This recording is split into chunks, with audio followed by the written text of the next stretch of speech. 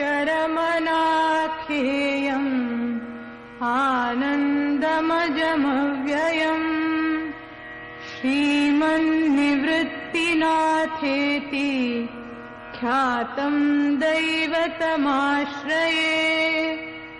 गुरुरित्याख्यया लोके साक्षाद्विद्या हि शाङ्करी जयत्याज्ञानमस्तस्यै दयार्द्रायै निरन्तरम् सार्धम् केन च कस्यार्धम् शिवयोः समरूपिणोः ज्ञातुम् न शक्यते लग्नम् इति द्वैतच्छलान्मुहुः अद्वैतमात्मनस्तत्त्वम् दर्शयन्तौ मिथस्तरा तौ वन्दे जगतामाद्यौ तयोस्तत्त्वाभिपत्तये मूलायाग्राय मध्याय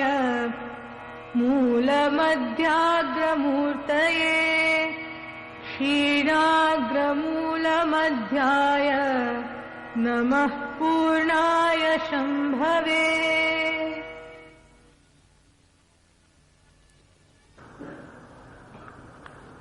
तत्व का चिंतन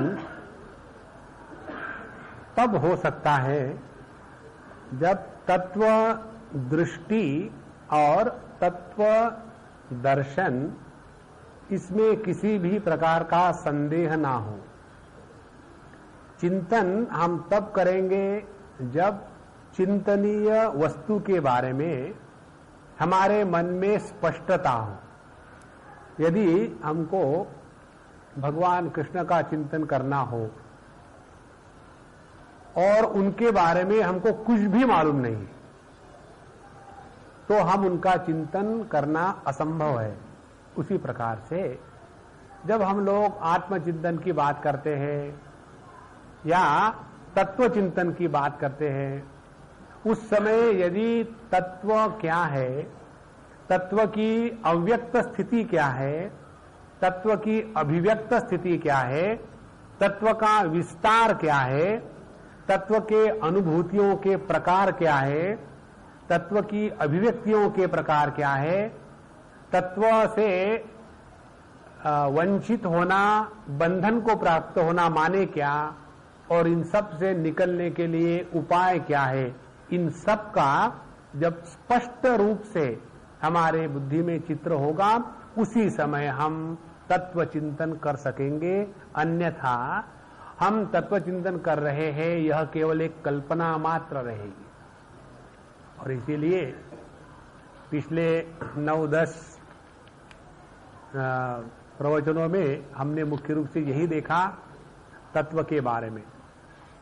अब हम आज इसको 10-15 मिनट में रिवाइज कर लेंगे। इस तत्व के बारे में हमने मुख्य रूप से 4 बातें देखी है। एक, वास्तविक स्वरूप क्या है तत्व का। दूसरी, वह तत्व जब जीव जगत और ईश्वर इस रूप में अभिव्यक्त होता है माने क्या। तीसरी बात, जो हम अपने जीवन में बंधन अनुभूत करते हैं वह बंधन माने क्या। और चौथी बात, जो हम इस बंधनों से छुटकारा पाने का चाहते हैं वह मुक्ति माने क्या। ये 4 बातें तत्व की हो गई। और यह बंधन काटने के लिए और मुक्ति प्राप्त करने के लिए क्या क्या उपाय हो सकते हैं। इस प्रकार से यह 5 भागों में इसको हम समझने का प्रयत्न करेंगे। शुद्ध तत्व की जब बात आती है तो उसमें मुख्य भेद का अर्थ डिफरेंस नहीं, भेद माने रहस्य। मुख्य भेद या रहस्य ये है, यदि हम तत्व को केवल प्रकाशात्मक समझेंगे, जैसे परमात्मा ज्ञान स्वरूप है और केवल ज्ञान को ही महत्व देंगे, तब यह सवाल आ जाता है कि फिर ये दुनिया क्या है। और इसीलिए इस योग शास्त्र में तत्व की परिभाषा में ये कहा है कि परमात्मा प्रकाशात्मक भी है और विमर्शात्मक भी है, दोनों बातें। जो प्रकाशित करने वाला है और जो प्रकाश को प्राप्त हुआ है, दोनों। माने अंग्रेजी में कहना हो तो the truth is transcendental as well as immanent simultaneously. Transcendental माने जो अभिव्यक्त जगत से भी परे है, अत्यतिष्ठ दशांगुलम, और जो जगत में भी व्याप्त है, माने जो जगत रूप से अभिव्यक्त होने के बावजूद भी जिसमें जगत की कोई परिच्छिन्नता नहीं है, ऐसा तत्व। तो पहली तत्व की ये परिभाषा। अब यह जब तत्व अभिव्यक्त होने लग जाता है तो इस तत्व की अभिव्यक्ति की प्रक्रिया दो स्टेजेस पर आती है। एक तो सार्वानुभौतिक, सभी को जिसका अनुभूति हो सकती है वैसा, और दूसरी वैयक्तिक अनुभूति। हम सबके दो प्रकार के अनुभव होते हैं। जैसे हम बंबई में है तो बड़ा ट्रैफिक जाम है, तो ये अनुभव हर एक को है।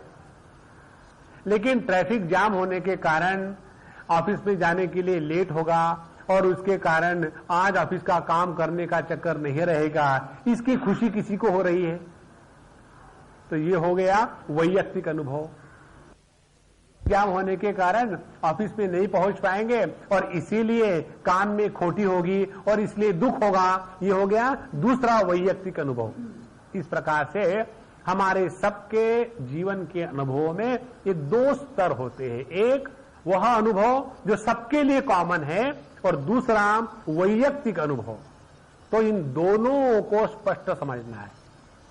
इसको समझने के लिए हम लोगों ने विचार किया था कि तत्व की जब हम बात करते हैं तो जैसे तैत्तिरीय उपनिषद के वाक्य को ले, सत्यम ज्ञानम अनंतम ब्रह्म। तो परमात्मा या ब्रह्म या तत्व क्या है कि जो सत स्वरूप है, शुद्ध अस्तित्व, सत, केवल होना मात्र। अब यह जो तत्व है शुद्ध अस्तित्व स्वरूप, इस तत्व में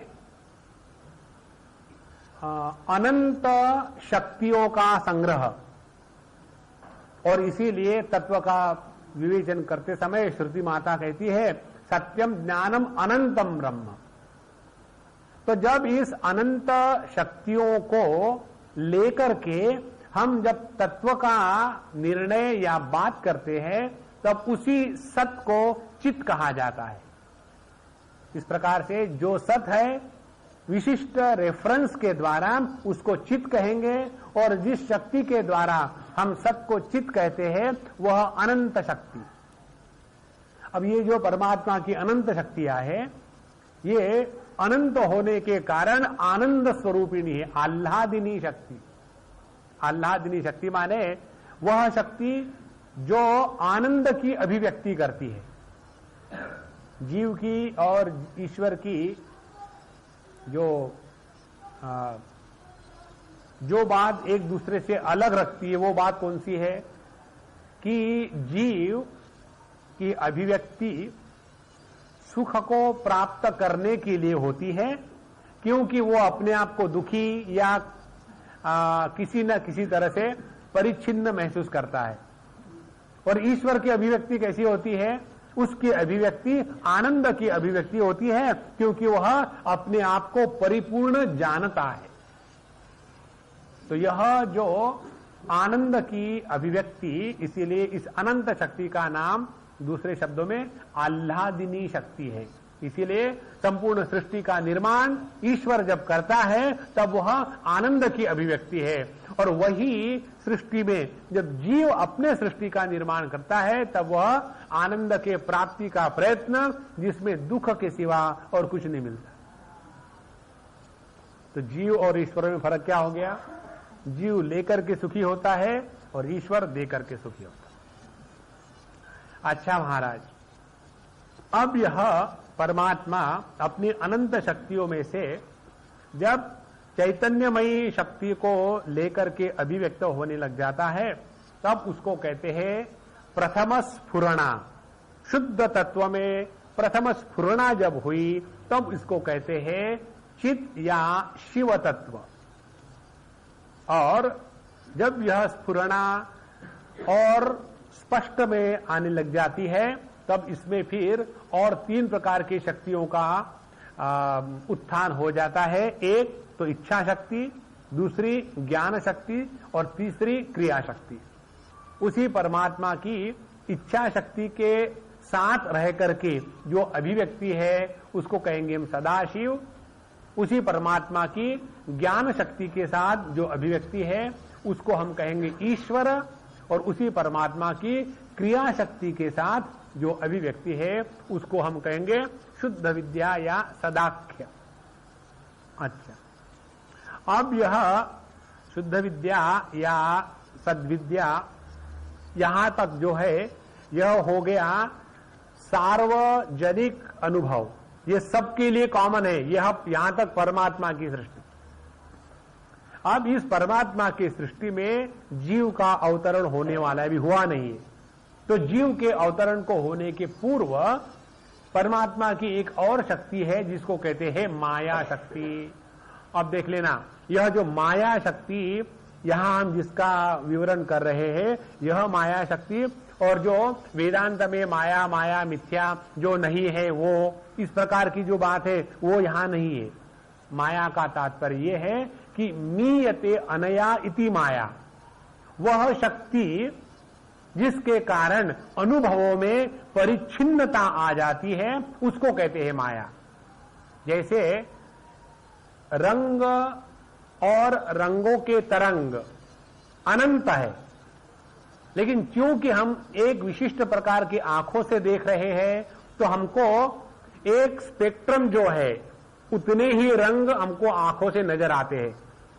अब क्या क्योंकि हमको आंखों से उतने ही रंग नजर आते हैं तो क्या उतने ही रंग है? नहीं, रंग तो और है। तो फिर ये हमको रंगों के अनुभूति में परिच्छिन्नता क्यों आई? क्योंकि हम परिच्छिन्न माध्यम से रंगों का ज्ञान प्राप्त कर रहे थे। तो जब हम अपने इस माध्यम को और बढ़ा लेते हैं, माइक्रोस्कोप लगाते हैं या दूसरे प्रकार के मशीन लगाते हैं, तो जो उपलब्ध रंग है वो सभी के सभी हमको प्राप्त हो सकते हैं।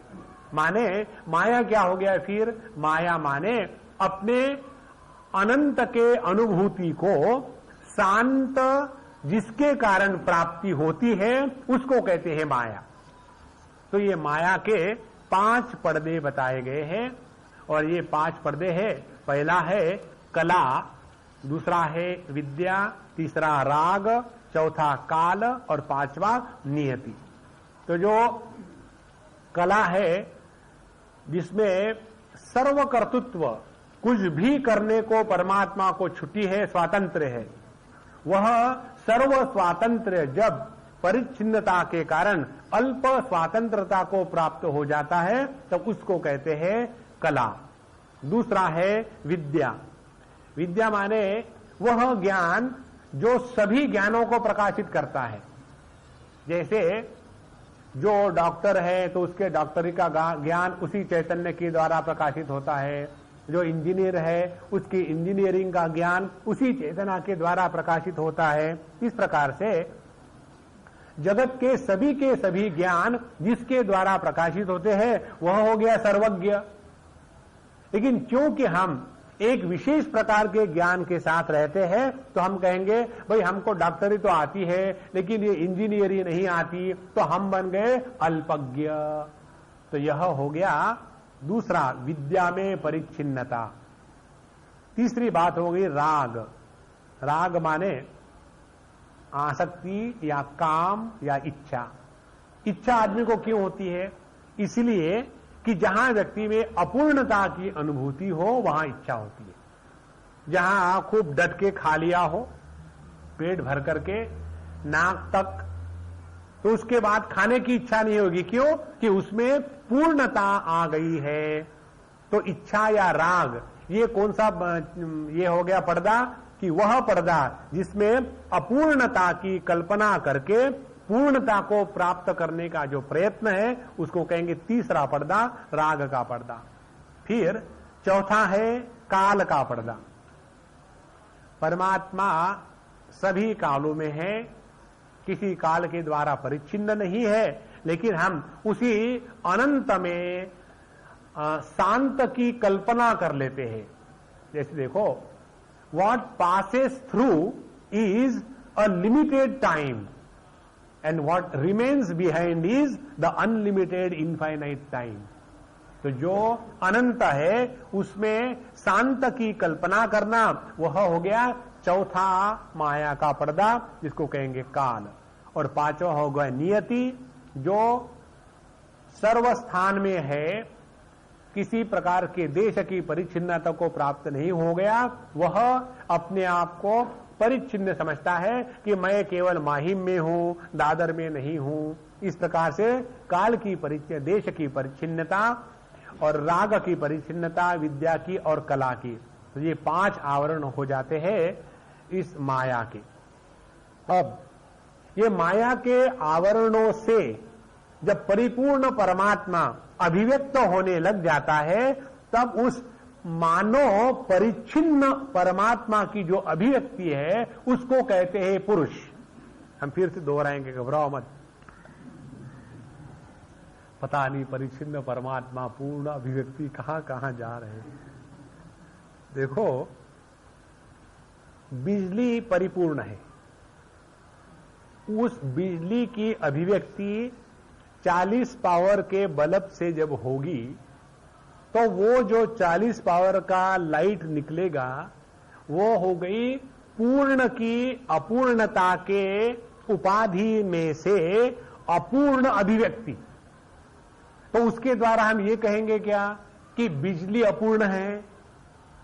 उसके द्वारा हम ये कहेंगे क्या कि बिजली की अभिव्यक्ति अपूर्ण है?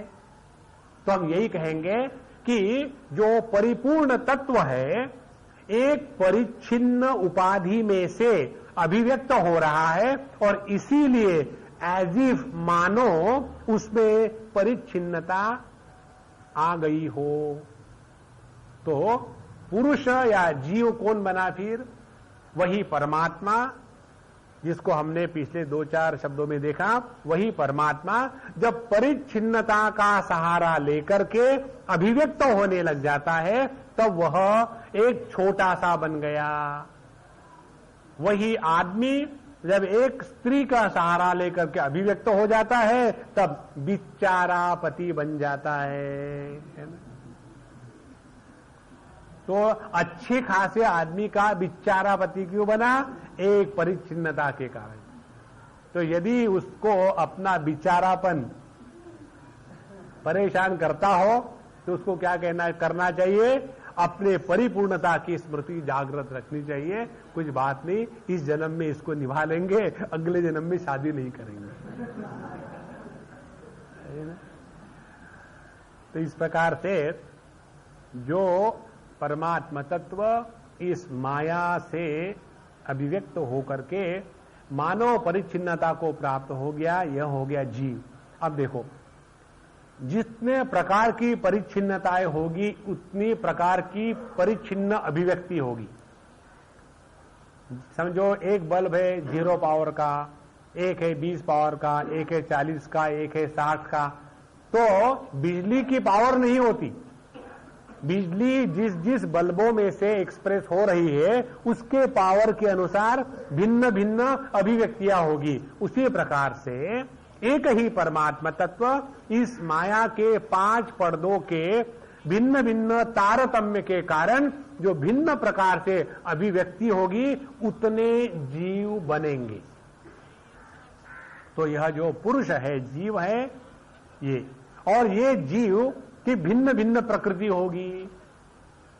इस प्रकार से यहां हमको स्पष्ट समझना चाहिए कि ये जीव को मिथ्या करके छोड़ मत देना, नहीं तो जीव तो मिथ्या है, छोड़ो। तो यही तो है जिसको साथ लेकर के चलना है, और फिर समझना है कि जिसको हम मिथ्या समझ रहे थे उसका असली स्वरूप क्या है। तो प्रत्येक जीव की अपनी अलग प्रकृति होती है, जिसको स्वभाव कहते हैं। स्वभावजेन कौन्तेय निबद्धस्वेन कर्मणा कर्तुम नेच्छसि यन्मोहात् करिष्यसि अवशोऽपि तत्। हे कौन्तेय, जिसको तुम चाहते हो कि मैं नहीं करूंगा, लेकिन तुम्हारा अपना स्वभाव ऐसा है कि वो तुमको चैन से नहीं बैठने देगा, और इसीलिए प्रत्येक जीव अलग और प्रत्येक जीव की अपनी प्रकृति अलग। जरा ध्यान से सुनना। और जीव और उसकी प्रकृति अलग होते हुए भी इन सब का अधिष्ठान एक। देखो, तो यदि हम सबका अधिष्ठान एक परमात्मा है और हम सभी के सभी उसी परमात्मा की परिच्छिन्न लिमिटेड एक्सप्रेशन, परिच्छिन्न अभिव्यक्ति है, तो हम में भी परमात्मा के सिवा और कुछ नहीं हो सकता। केवल परमात्मा ही अपना असली स्वरूप है, इसमें मिथ्या कुछ भी नहीं है। तो करना क्या है फिर? साधना करनी माने अभी इस समय हम में से परमात्मा की जो अपूर्ण अभिव्यक्ति होती है, यदि उसी मैं में से परमात्मा की संपूर्ण अभिव्यक्ति यदि होने लग जाएगी, तो हमने अपने परिच्छिन्नता में रहते हुए परिच्छिन्नता का त्याग किया है। देखो महात्माओं, कैसी मजे की बात है। यहां कुछ भी झूठ नहीं है, सब सत्य है। तो यह पुरुष और प्रकृति, जीव और उसकी प्रकृति, ये होने के बाद प्रत्येक की प्रकृति भले भिन्न हो, लेकिन प्रत्येक की प्रकृति में जो सामान्य भाग है वो है ये तीन गुणों का चक्कर, सत्व रजस तमस।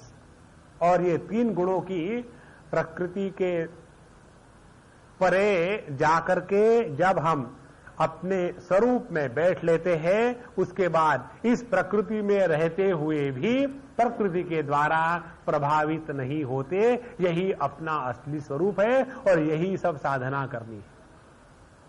अच्छा, अब ये होने के बाद इस जीव के अनुभव लेने के लिए जो अंतःकरण है वो तीन बताए हैं। एक तो है बुद्धि, दूसरा अहंकार और तीसरा मन। तो ये तीनों भी तत्व है, देखो इसको भी स्पष्ट समझ लेना। बुद्धि होती है निश्चयात्मिका, और अहंकार होता है जो एग्रीगेट करता है, सबको इकट्ठा रखता है, और मन होता है वह जो जिसमें संकल्प विकल्प इत्यादि आते हैं।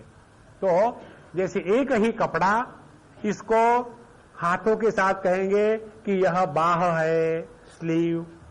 वही कपड़ा उसको पॉकेट के साथ कहेंगे कि यह पॉकेट है। वही कपड़ा उसको कॉलर के साथ कहेंगे कि ये कॉलर है। उसी प्रकार से वही तत्व उसको कभी कहेंगे बुद्धि जब निश्चयात्मक स्थिति होगी, उसी को कहेंगे अहंकार जब वो उसको स्वीकार करेगा, और उसी को कहेंगे मन जब उसमें संदेह होगा। तो ये तीन तत्व हो गए।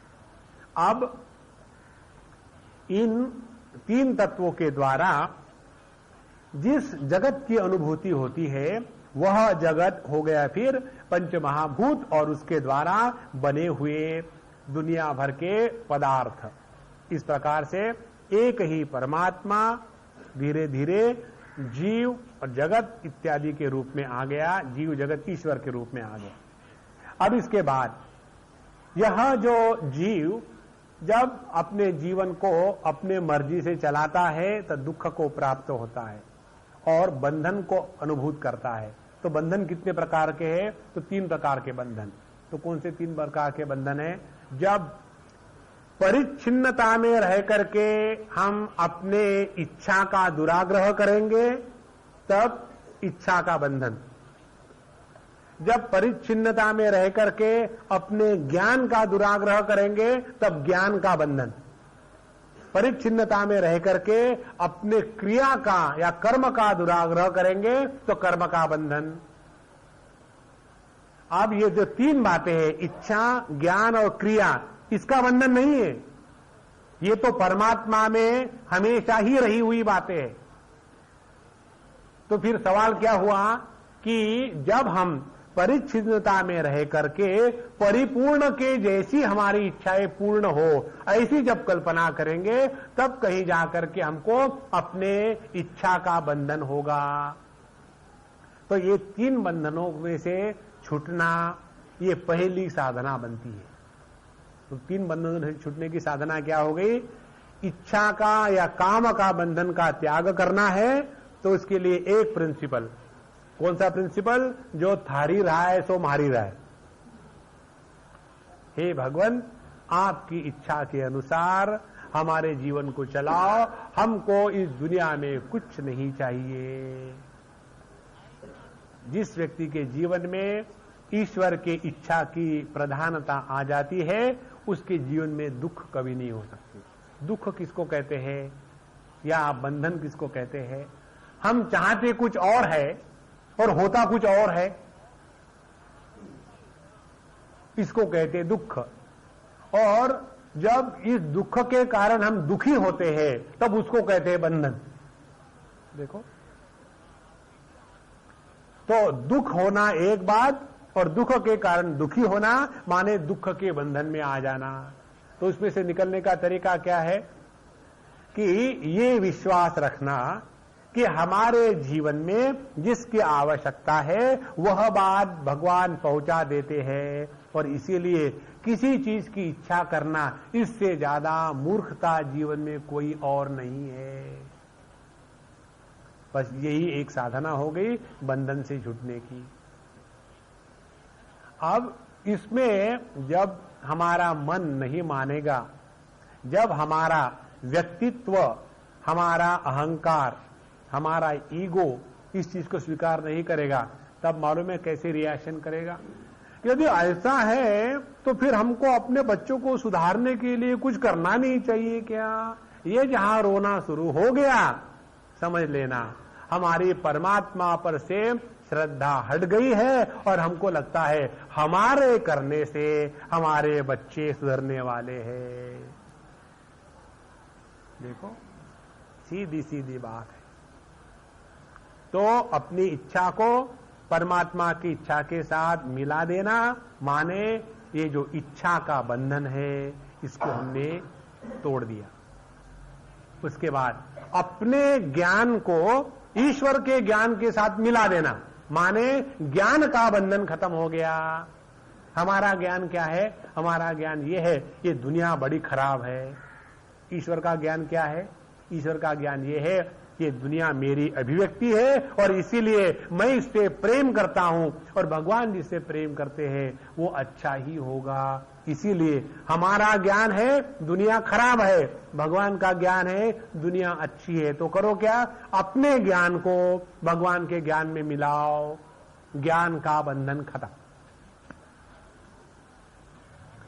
अब तीसरा बंधन जो आता है कर्म का बंधन। कर्म के बंधन में हम कुछ करके दुनिया का भला करना चाहते हैं।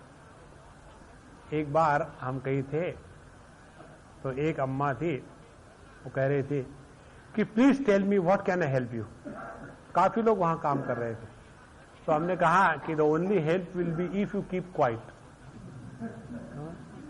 That is the highest help that you can extend. कब तक हम करते रहेंगे कि मैं करूंगा मैं करूंगा मैं करूंगा? अरे भैया कुछ तो भगवान को करने दो। सभी हम करेंगे तो उसको अनएम्प्लॉयड बनाएंगे। अपना जो अधिकार है अनएम्प्लॉयमेंट का भगवान के पास पासवान मत करो। नारायणा। इस प्रकार से यह जो तीन मल है, आणवमल इच्छा शक्ति को लेकर के, माजीयमल ज्ञान शक्ति को लेकर के, और कार्ममल क्रिया शक्ति को लेकर के, इन तीन मलों के परे हम चले जाएंगे। इसके बाद जो मुक्ति है उस मुक्ति को भी इसी प्रकार से है कि हमारा जो अपना स्वरूप का इस समय हमको ज्ञान है, एक तो होता है वो इदम प्रधान, दूसरा होता है अहम प्रधान और तीसरा होता है अहम इदम प्रधान, जिसमें मैं शरीर हूं इस ज्ञान में एक तो हो गया मैं और दूसरा हो गया शरीर।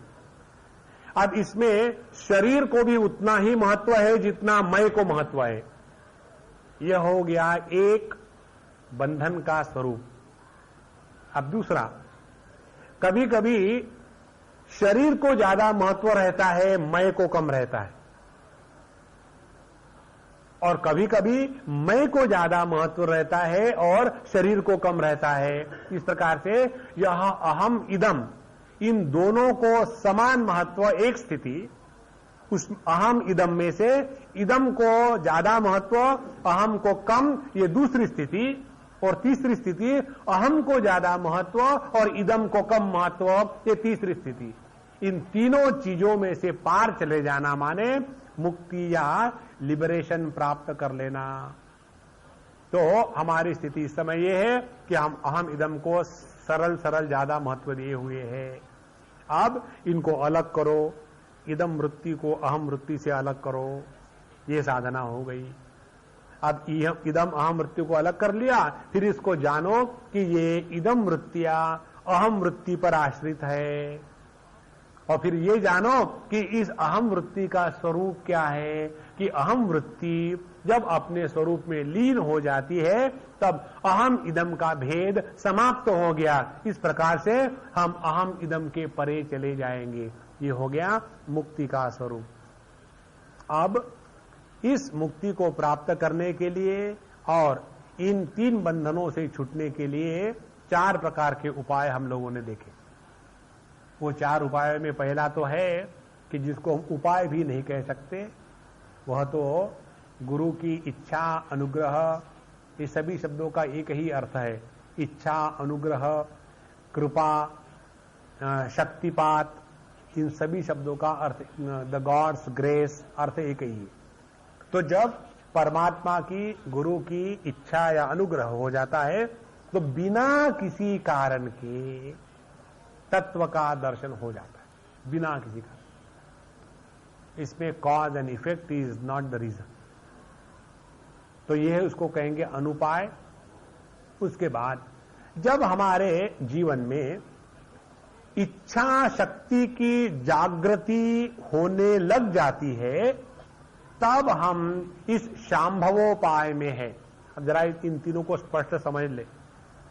शांभवोपाय में हम अपने इच्छा शक्ति को इतना प्रबलता से जागृत करते हैं कि मैं शुद्ध चैतन्य हूं, इसके सिवा कुछ नहीं हूं, इसमें डट के बैठे हुए, और इसमें करना कुछ नहीं है। यह जो अपनी इच्छा शक्ति को जागृत करना है, इसको कहते हैं शांभवोपाय। लेकिन हमको तो इच्छा हो रही है रसगुल्ले खाने की। अब जिसके दिमाग में रसगुल्ले भरे हुए हैं उसके लिए शांभवोपाय संभव नहीं है। अच्छी बात है भैया। दूसरा है शाक्तोपाय, जिसमें हम अपने ज्ञान शक्ति की जागृति कराते हैं। तो ज्ञान शक्ति में क्या करते हैं हम लोग, अपना जो चित्त है, अंतःकरण है, वह साधारण देखा जाए तो अनात्म वस्तु के चिंतन में व्यस्त रहता है। हमारे मन में दुनिया भर के बड़े बड़े विचार आते हैं, ये करेंगे, वो करेंगे, वहां जाएंगे, ऐसा करेंगे, वो प्राप्त करेंगे, जो प्राप्त हुआ है उसको बचा के रखेंगे, और सबको पता है कुछ बचना बुचना है नहीं, और फिर भी उसी चक्कर में अपने मन को लगाए हुए हैं। अब जब व्यक्ति अपने इसी मन को जगत से हटा करके अपने ही उद्गम स्थान पर एकत्रित कर लेता है, तब उस प्रक्रिया को कहते हैं Shaktopaya, discovery of the source of mind, और द अहम वृत्ति इज शाक्तोपाय। और जो ये भी जो ना कर सके। हाँ, हम तो करना चाहते हैं जी, अपने मन का जो उगम है वहां पहुंचने के लिए, लेकिन एक ही डिफिकल्टी है। क्या डिफिकल्टी है? यह मन जो है ना, वही हमारे हाथ में नहीं। हमारे पास परेशानियों की कम थोड़ी है, दुनिया भर की परेशानी।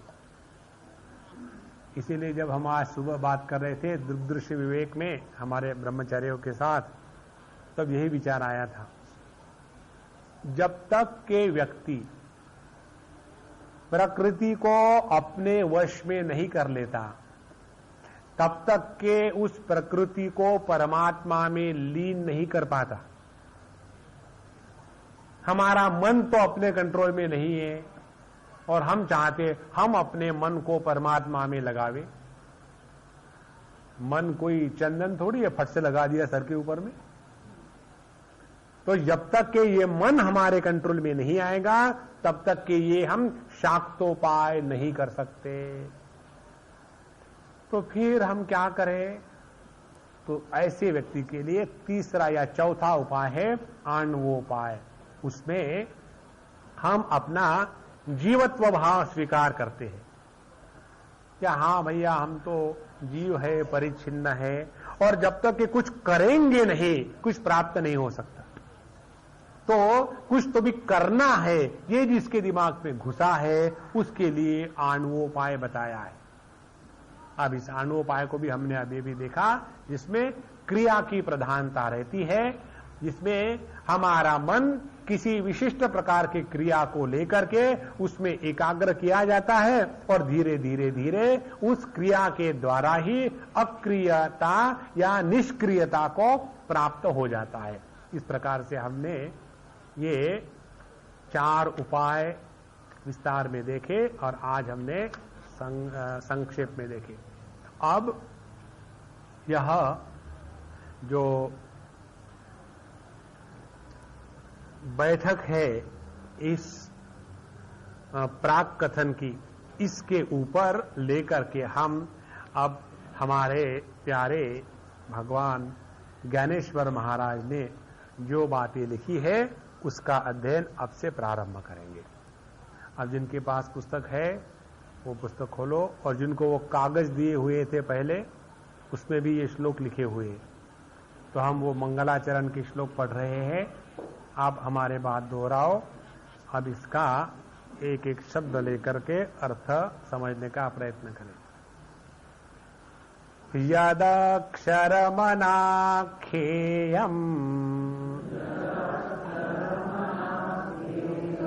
आनन्दमजमव्ययम्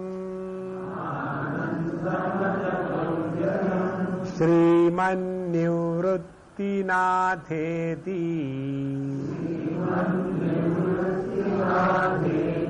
ख्यातं दैवतमाश्रये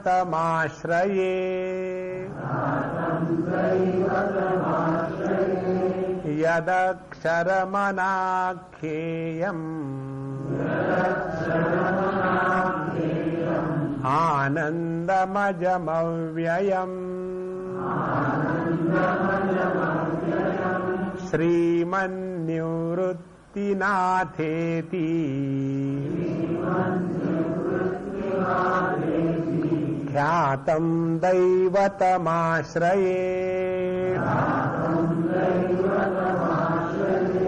अहम दैवतम आश्रये, मैं इस भगवान का सहारा लेता हूं, मैं इस भगवान को नमस्कार करता हूं, मैं इस परमात्मा के प्रति संपूर्ण समर्पित हो जाता हूं। अहम दैवतम आश्रये। अच्छा महाराज, ये कौन से दैवत है? तो कहते हैं ख्यातम, बड़े प्रसिद्ध है जी, ऐसे अहरे गहरे नत्थु खैरे नहीं है। ख्यातम, विख्यातम, बहुत प्रसिद्ध है, और जिनके बारे में हमारे मन में कोई संदेह नहीं है। ख्याति जिसकी होती है, जो विख्यात होता है, उसके बारे में संदेह नहीं रहता। तो हम ऐसे भगवान को नमस्कार कर रहे हैं, हम ऐसे भगवान के चरणों में समर्पित हो रहे हैं कि जिनके बारे में हमारे मन में कोई संदेह नहीं, निस्संदेह समर्पण। तो ख्यातम। अच्छा महाराज, कौन है ये बड़े प्रसिद्ध जिनकी आप बात कर रहे हैं? तो कहते हैं भगवान श्रीमन निवृत्तिनाथेति। देखो, जब व्यक्ति को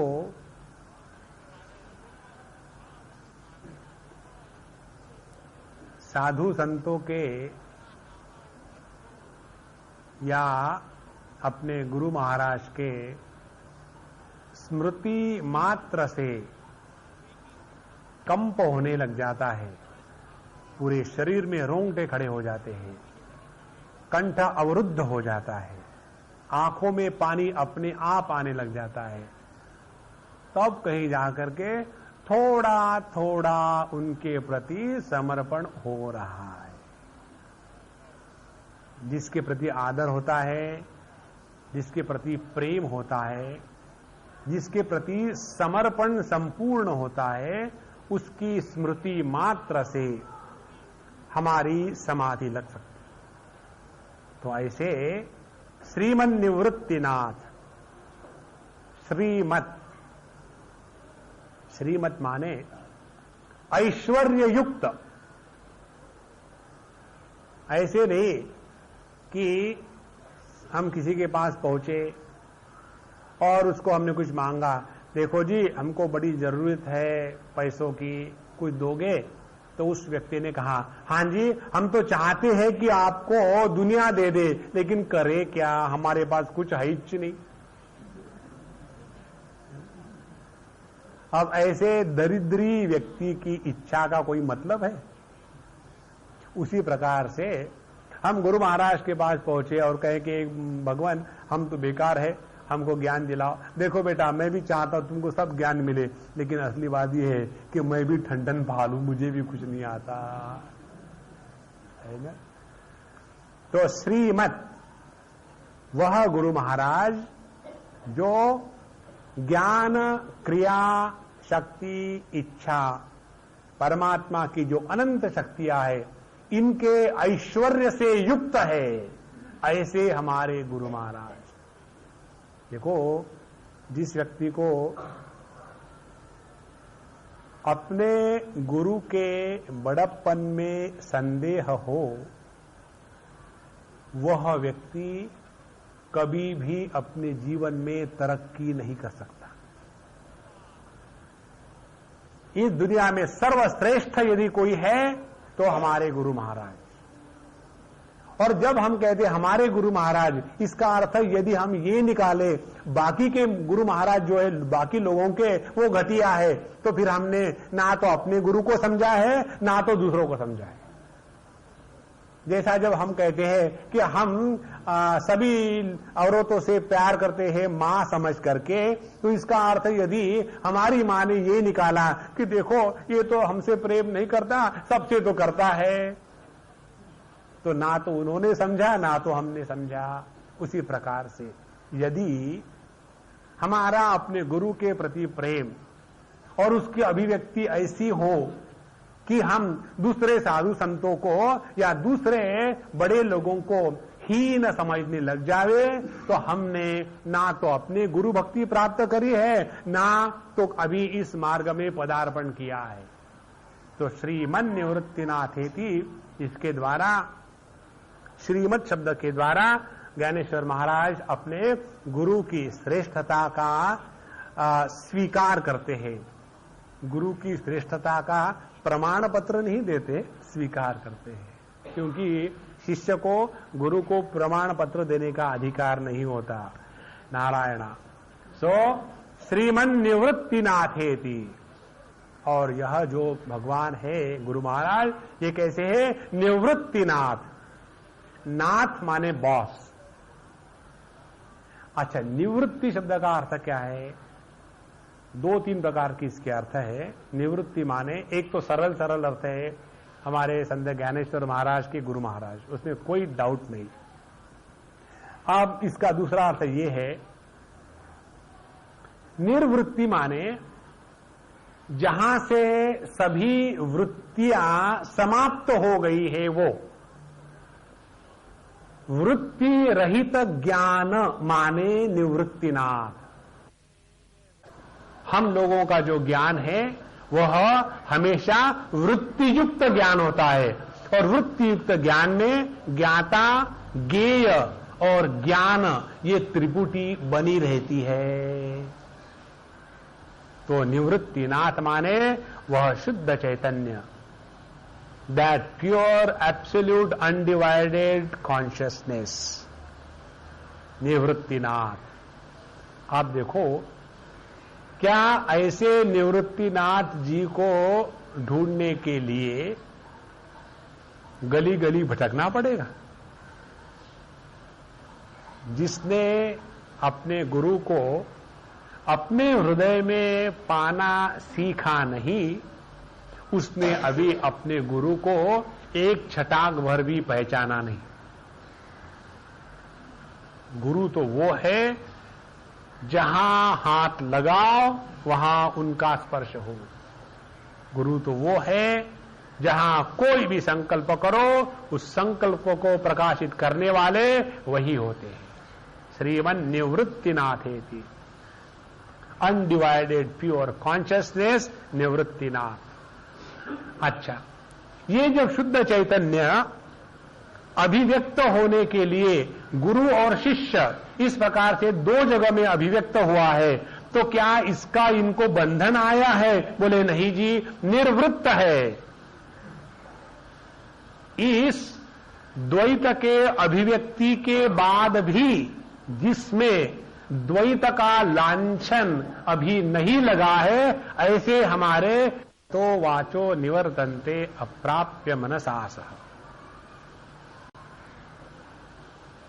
ऐसे हमारे गुरु महाराज, उनका हम आश्रय लेते हैं।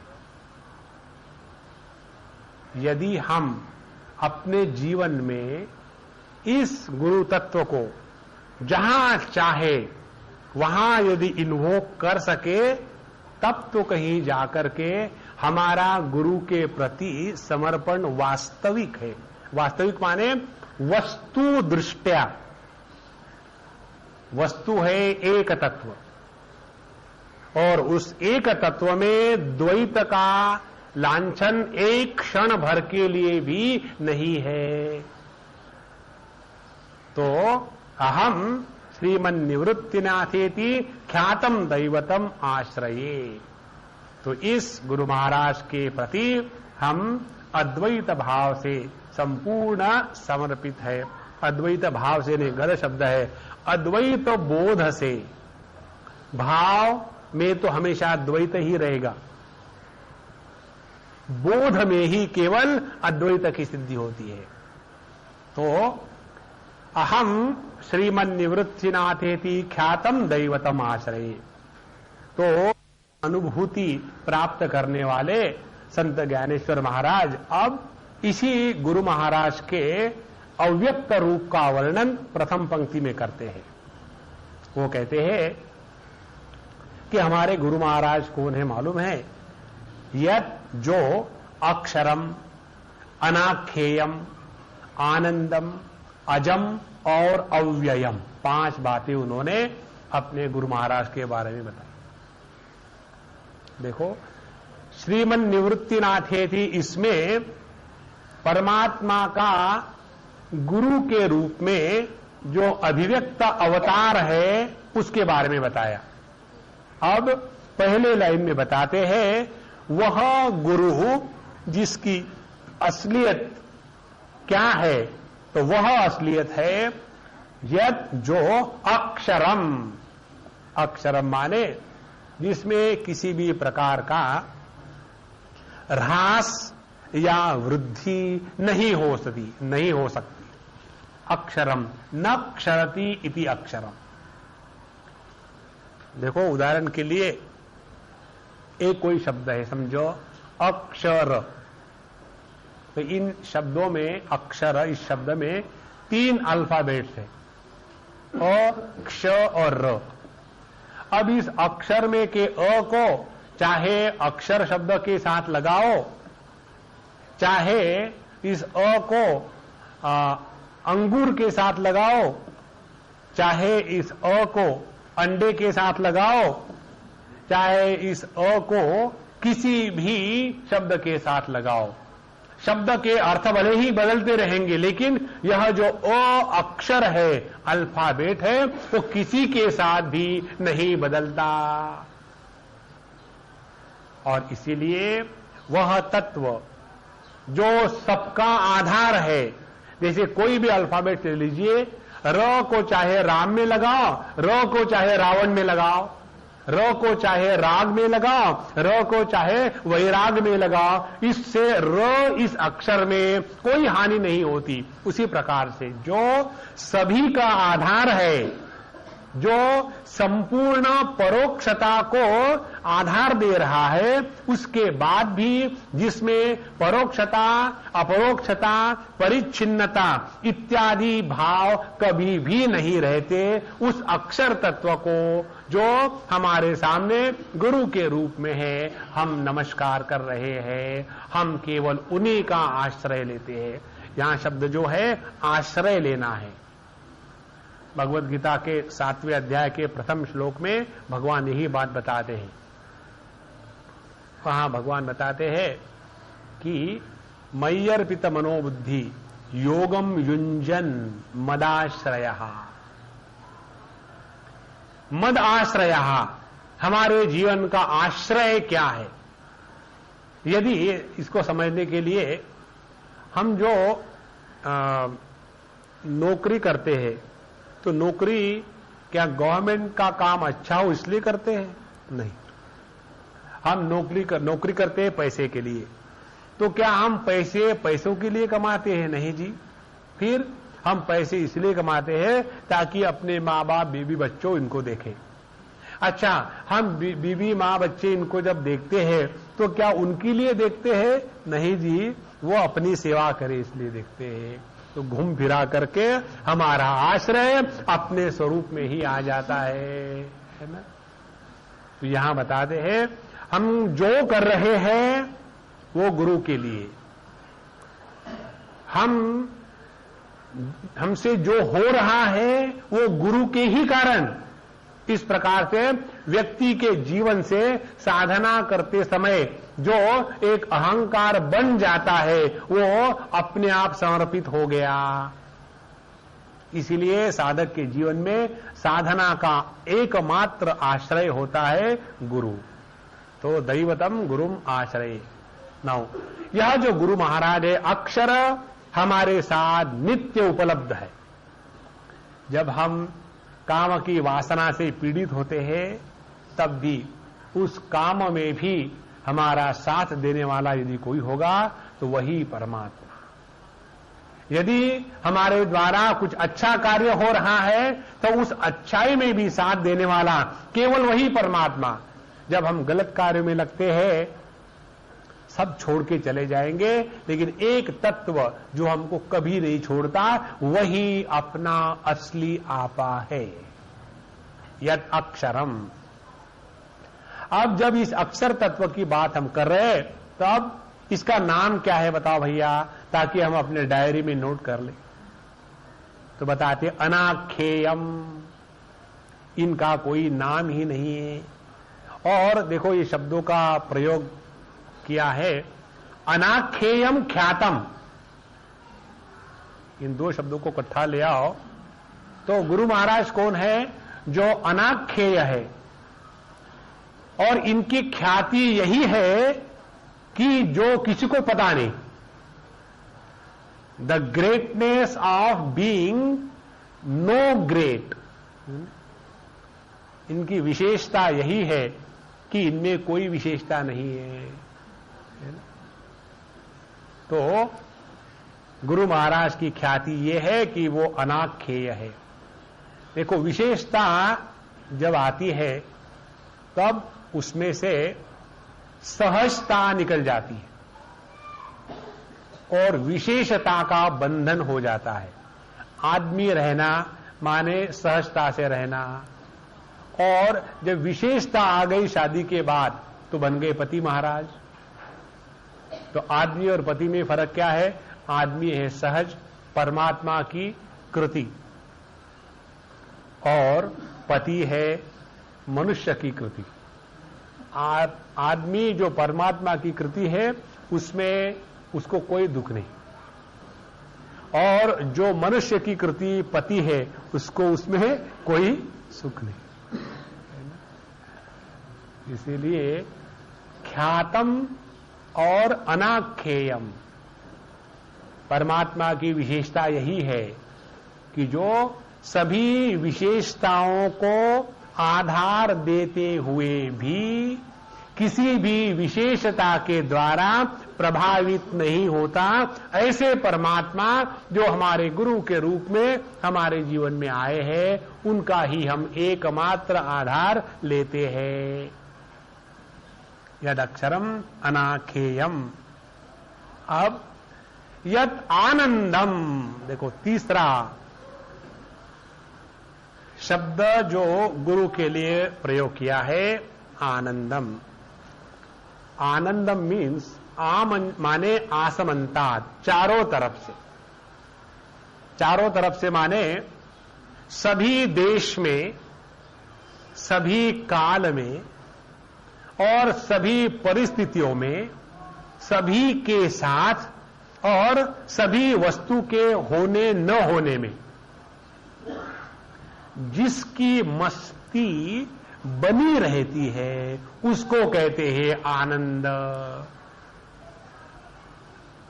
माने जैसे समुंदर को देखा जाए तो समुंदर के ऊपर में जो नाव होगी वो आनंद में नहीं होगी, झटके खाते रहेगी, और उस नाव में हम बैठे होंगे तो हम डबल झटके खाएंगे। लेकिन उस समुंदर की लहर में जो पानी है, वह पानी की स्थिति जैसी है कि वो लहर के साथ खूब उछल कूद रहा है, और इसके बाद भी उसमें ना तो उछलना है ना तो कूदना है। यह आनंद माने स्वतंत्र अस्तित्व को कहते हैं आनंद। जो तिलक महाराज ने कहा था कि स्वातंत्र्य हमारा जन्म सिद्ध अधिकार है, तो इसका दूसरा अर्थ ये भी है कि मस्ती में रहना, सुख से रहना, आनंद में रहना, ये हमारा जन्म सिद्ध अधिकार है। तो जो व्यक्ति अपने जीवन के आनंद में नमक का डल्ला डाल देता है, उसको दुनिया में कोई सुखी नहीं कर सकता। सीधी सीधी बात है कि हम इस दुनिया में स्वयं निश्चय करते हैं कि हमको दुखी होना है कि सुखी। जिसने ये निश्चय कर लिया है कि हमको तो दुखी ही होना है, तो वहां भगवान फेल हो जाएंगे। और जिसने ये निश्चय कर लिया है कि दुनिया में कुछ भी हो जाए, हमको अपने अंतःकरण के शांति, आनंद, प्रेम, इसके वातावरण के साथ खिलवाड़ नहीं करनी है, तो उस व्यक्ति को दुनिया की कोई भी शक्ति दुखी नहीं कर सकती। ये तो स्वातंत्र्य अपना है। तो यह जो स्वतंत्र अस्तित्व है उसको कहते हैं आनंद। तो स्वतंत्र अस्तित्व क्या होगा कि जिसका होना किसी पर भी अवलंबित नहीं है, उसको कहते हैं आनंद। इसीलिए समझो, हम लोग किसी संत महात्मा को देखे और उनको मस्ती में देखे तो हमको प्रश्न आता है, महात्मा जी आप लोग इतने खुश कैसे रह सकते? क्योंकि हम लोग हमेशा कार्य कारण मीमांसा करने वाले, अनेक प्रकार की कार्य कारण मीमांसा कर चुके हैं, और सबका नतीजा यही निकला है कि आदमी सुखी नहीं रह सकता। तो यहां तो आप आदमी नहीं हो, यू आर एन एबनॉर्मलिटी। ये कैसे हो सकता है? क्योंकि हमने ये सोचा है अपने दृष्टि से कि सुख आनंद प्राप्त करने के लिए अमुक अमुक प्रकार की कंडीशंस हो, तब हम मिस्टर अमुक आनंद महाराज बनेंगे। और यदि अमुक अमुक प्रकार की कंडीशंस ना हो तो हम अपने स्थायी भाव दुखी जैसे के वैसे आ गए। आनंदम। अब देखो, जिसने अपने गुरु महाराज को इस स्वतंत्र अस्तित्व के रूप में जाना है, उस व्यक्ति के जीवन में दुख का एक क्षण भी नहीं आ सकता। जैसे किसी ने डट के खाना खाया हो और फिर कहे खाना खा लिया लेकिन अब बड़ी भूख लगी है, तो फिर उसने वो झूठ मूठ का खाना खाया होगा। जैसे हम बचपन में मेनू पढ़ करके खाना खाते थे जब खेलते थे ना। अच्छा, हम लोग घर घर खेलेंगे क्या, तो एक कोई बनता था, ठीक है मैं मां बनती हूं, और फिर वो मां कहती है अच्छा मां मैं खाना बना रही हूं, डिस्टर्ब मत करना, ठीक है। और बोल बोल करके एक बर्तन में पानी गर्म करने के लिए रख दो, चावल को धो करके ठीक से तैयार करके रख देना, फिर उसको तड़का लगाओ और बढ़िया खिचड़ी बनाओ। खिचड़ी जब गरम गरम होगी तब उसको सर्व करना। अच्छा एवरीबॉडी रेडी, खिचड़ी तैयार हो गई, है ना। उसी प्रकार से हम लोगों का जो समर्पण गुरु के प्रति होता है ना, तो वो बोला सा भात बोलाची कढ़ी, अंदर में ठन ठन पाव। यदि कोई कहे कि गुरु के प्रति समर्पित है और दुखी है, तो वो हमारा गुरु नहीं होगा और हमारा समर्पण नहीं होगा। यद अक्षरम अनाखेयम आनंदम। अच्छा, चौथी बात, अजम। यह जो स्वातंत्र अस्तित्व है, ये हमको निर्माण नहीं करना भैया, समझ लो ठीक से। ऐसी नहीं कि हमने बड़ी साधना करके अपने आप को परमात्मा बनाया है। परमात्मा बनाओगे तो बनावटी परमात्मा होगे महाराज, सीधी सीधी बात है। और जो बनावटी परमात्मा होगा वो हमेशा कभी ना कभी फट जाएगा। तो ये फटेगा परमात्मा तो बनेगा फटीचर परमात्मा, वो असली परमात्मा नहीं होगा। और इसीलिए अजम, जो बनाया नहीं है, जो केवल है मात्र। इसीलिए साधना जब करनी पड़ती है तब परेशानी होती है, जब साधना होने लग जाती है तब मस्ती चढ़ती है। अब देखो, अपनी साधना में परेशानी हो रही है कि मस्ती चढ़ रही है। जितनी हम परेशानी उठा रहे हैं इसका कारण एक ही है, दैवतम आश्रय ये हमने नहीं किया। गुरु के प्रति समर्पण होने के बाद साधना में एक क्षण के लिए भी समस्या भी नहीं आती, संदेह भी नहीं आता और किसी प्रकार की परेशानी भी नहीं होती। यदि साधना करते समय ये सब हो रहा है तो समझ लेना कहीं ना कहीं गड़बड़ घोटाला झाला, गुरु के प्रति समर्पण नहीं है। इसीलिए अहम अजम दैवतम आश्रये, मैं उस परमात्मा तत्व को समर्पित हूं कि जो हमेशा से है, अभी भी है और हमेशा रहेगा।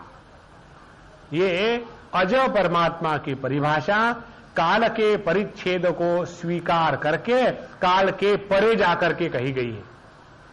जब हम कहते हैं कि पहले था अब है और बाद में रहेगा, इस वाक्य में क्या गलती है? इस वाक्य में गलती यह है कि हमने पहले, आज और कल इन तीनों को सत्यता स्वीकार करी है। तो इस सापेक्षता को, रिलेटिविटी को थोड़ी देर के लिए सत्य स्वीकार करके उसके परे जाकर के जब बोलेंगे तब कहेंगे कि परमात्मा काल के द्वारा परिच्छिन्न नहीं है, अजम, अनबॉर्न। दूसरी परिच्छिन्नता आती है कि परमात्मा देश के द्वारा परिच्छेद नहीं है।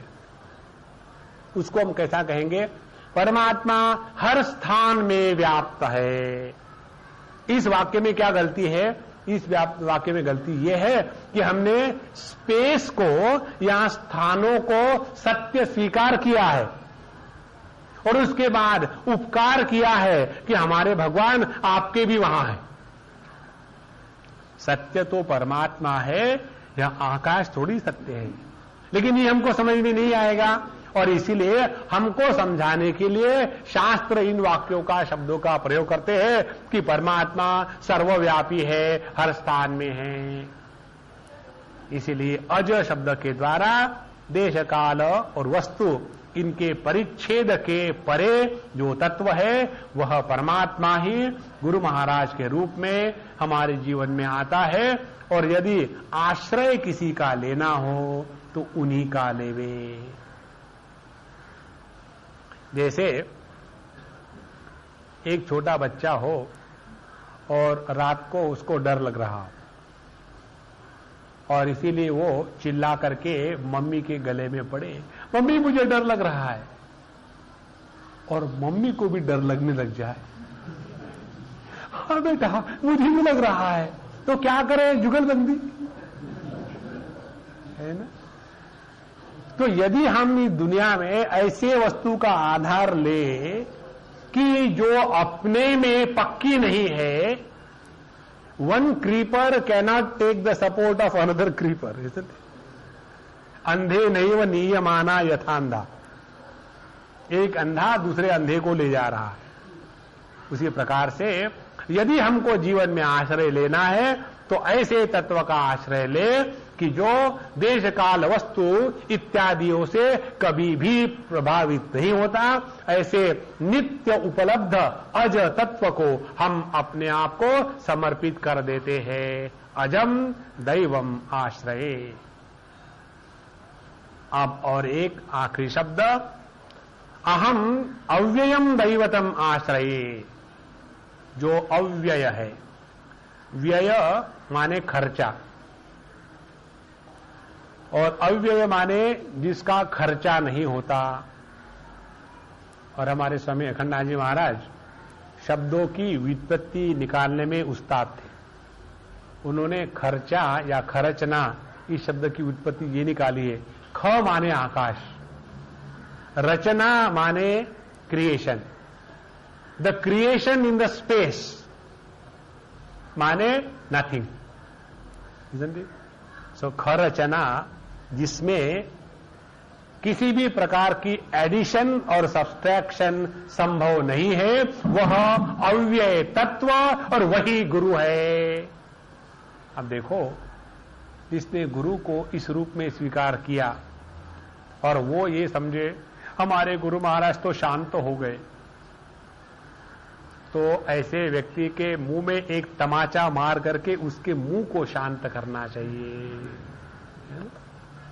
गुरु महाराज शांत हो गए। जो नित्य उपलब्ध है, जो प्रत्येक क्षण हमारी सांस यदि चल रही है तो उनके होने से चल रही है।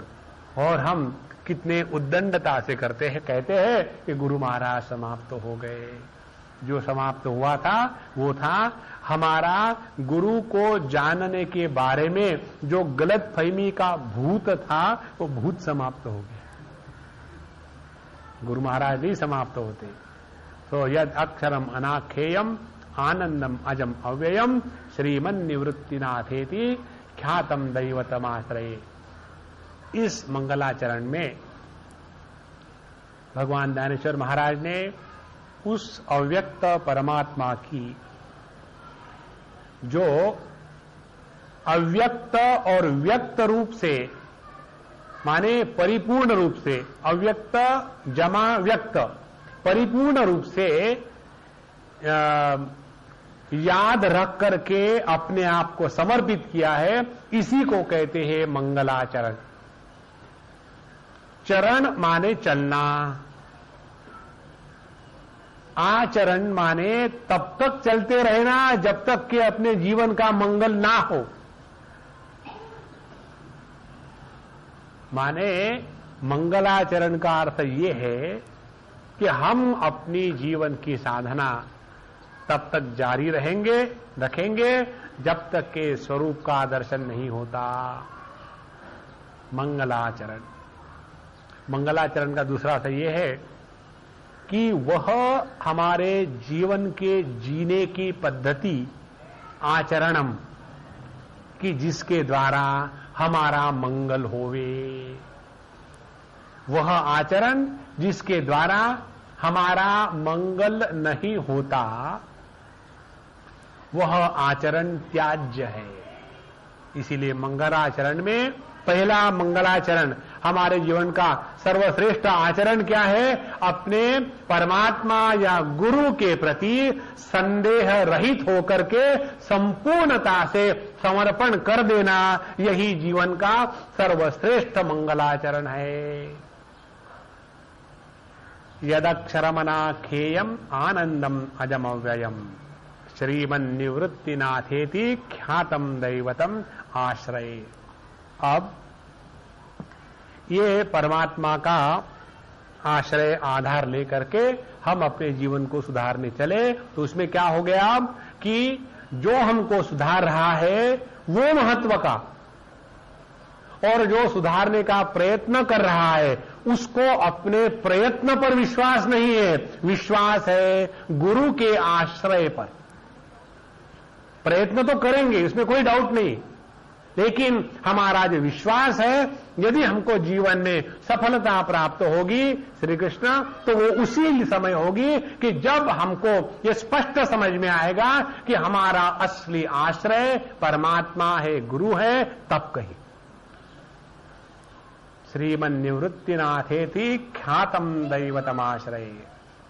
अब यही परमात्मा हमारे जीवन में दूसरे प्रकार से अवतार लेता है। वह क्या अवतरण है हम दूसरे श्लोक को पढ़ेंगे, इसका अर्थ अगले बार देखें।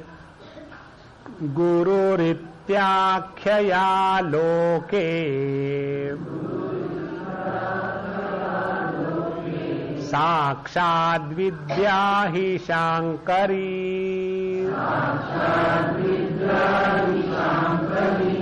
जयत्याज्ञानमस्तस्यै दयार्द्रायै निरन्तरम् गुरुरित्याख्यया लोके साक्षाद् विद्या हि शांकरी जयत्याज्ञानमस्तस्यै दयार्द्रायै निरन्तरम्।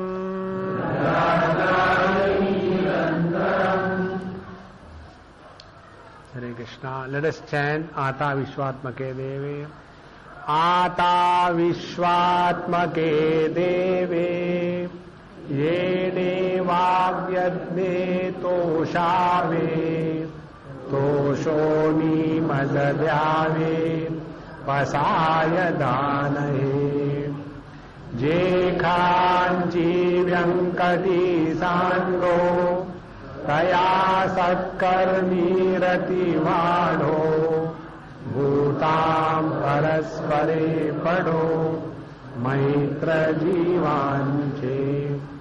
दुरिताञ्चेतिमिरजावो विश्वस्वधर्मसूर्ये पाहो जोजे वाञ्छीलतो तेलाहो प्राणी जात वर्षत सकं वै ईश्वर निष्ठांची मान्दियाई अनवरत भूमंडई भेटतु भूता चला कल्पतरुंजे आरव चेतना चिंतामणीचे गाव बोलते जे अर्णव पीयूषांचे चंद्रमे जे अलांछन मार्तंड जे तापहीन ते सर्वा हि सदा सज्जन सोयरे होतु किं बहुना सर्वसुखी पूर्ण हो नीति लोकी भजिजो आदि पुरुखी अखंडित आनी ग्रंथोपजीविये विशेषी लोकी दृष्टा दृष्ट विजये होवायो येथ मने श्री विश्वेश्वरावो आहो ईलदान पसावो येने वरे ज्ञान देवो सुखिया झाला।